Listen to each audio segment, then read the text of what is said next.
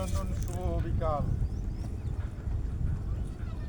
আমি এখন সর্বনাশা পদ্মার চরে বসে।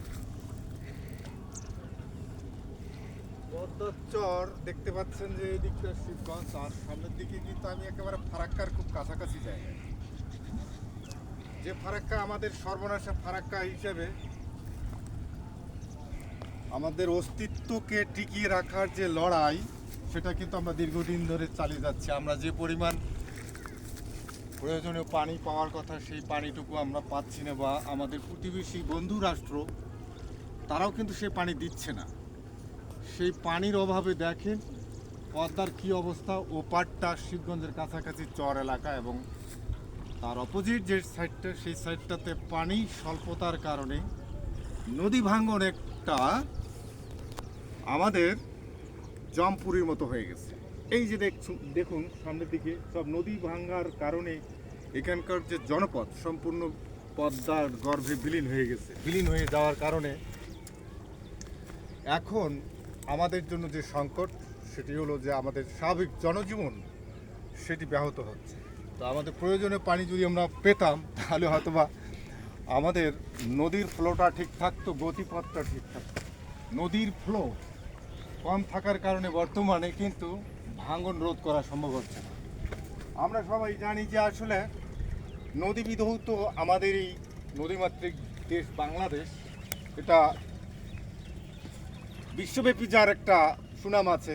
এই নদীকে কিভাবে আমাদের সম্পদে পরিণত করা যায়, এই পরিকল্পনাটি যদিও আমাদের আছে, কিন্তু আমাদের এই প্রতিবেশী রাষ্ট্র ভারত তাদের ফারাক্কা বাঁধ নির্মাণের কারণে আমাদের নদী এখন বর্তমানে মরুকরণের দিকে, এবং যে কারণে পদ্মার ভাঙন ঠেকাতে আমরা পাচ্ছি না। এবং এইটা যে অর্থনীতির একটা বড় অংশ নদীর উপরে নির্ভর করে আমাদের বৃহৎ একটা জনগোষ্ঠীর অংশ জেলে সম্প্রদায়, যারা কিনা আমাদের মৎস্য রপ্তানির ক্ষেত্রে একটা বড় বেশি ভূমিকা পালন করে, সেই জনজীবন কিন্তু ব্যাহত। আমরা এখন না পারছি তাদেরকে বাঁচাতে, না পারছি নদী ভাঙন রোধ করতে। সব মিলে আমরা কিন্তু এখন একটা বড় কোণঠাসার মধ্যে আছি। তা আশা করি এতদিনে তাদের ভাবের উদয় হয়েছে, বোধোদয় হয়েছে বলে আমরা মনে করি, এবং আমাদের প্রয়োজনে পানি দেবে এবং নদীর গতিপথ ঠিক করার জন্য বন্ধু হিসেবে যতটুকু সিম্প্যাথি দেখানোর দরকার সেটি দেখাবে। এবং আমরা একসময় নদী আমাদের অর্থনীতির একটা বড় অংশ হিসাবে আমরা তৈরি করতে পারবো। এই যে আমি আসলে খুব কষ্ট করে এই জায়গায় আসি, বর্তমানে এই জায়গাটি আমি ভ্রমণ করার জন্য এসেছি। ভ্রমণ বলতে আমাদের এখানে স্কুল করার জন্য আমার এই গ্রামে আসা। এই চরের নাম হলো চর নারায়ণপুর।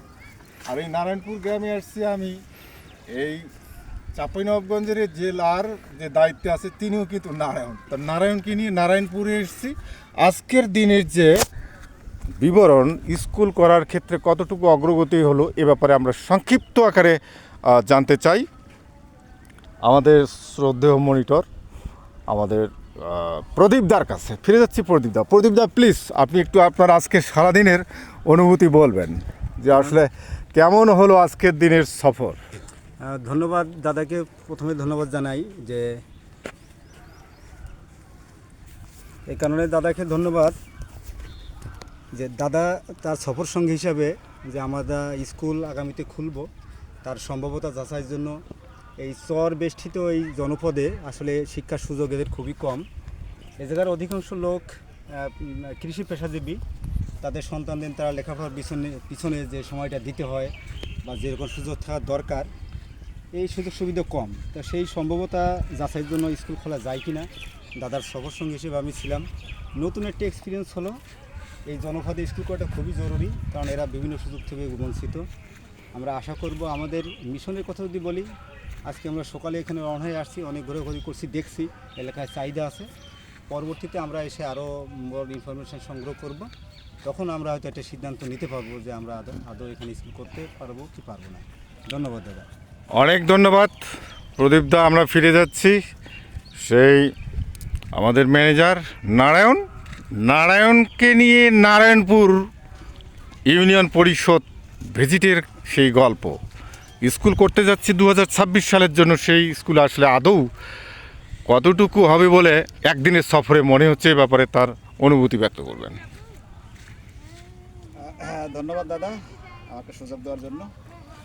আসলে আমরা এই গ্রামটার সন্ধান আগে থেকে পেয়েছিলাম যে ইসলামপুরের পাশে নদীর উপরে একটা গ্রাম আছে যেটা চরনারায়ণপুর নাম। তো খোঁজাখুঁজি করে আমরা এই জায়গাটার সন্ধান পেয়েছি। এটা হলো নদীর এই পারে, যেহেতু মোটামুটি আমাদের চাপায়ের এখানে আমরা যে এখান থেকে উঠছি সেখান থেকে 1 ঘন্টার মতো রাস্তা হলো এই নদীর এই পারে। এই পারে আসে যেটা দেখলাম যে নদী ভাঙনের ফলে সরকারি প্রাইমারিগুলো ভেঙে ওনারা খুব কাছাকাছি চলে আসছে। এলাকায় যারা আছেন তারা অনেক শিক্ষার্থী আছে যারা লেখাপড়া করতেছে, প্রায়ই আছে। তবে হ্যাঁ, ঝরে পড়ার হারও আমরা খুঁজে পেয়েছি যেখানে শিক্ষার্থীরা স্কুলে যায় না।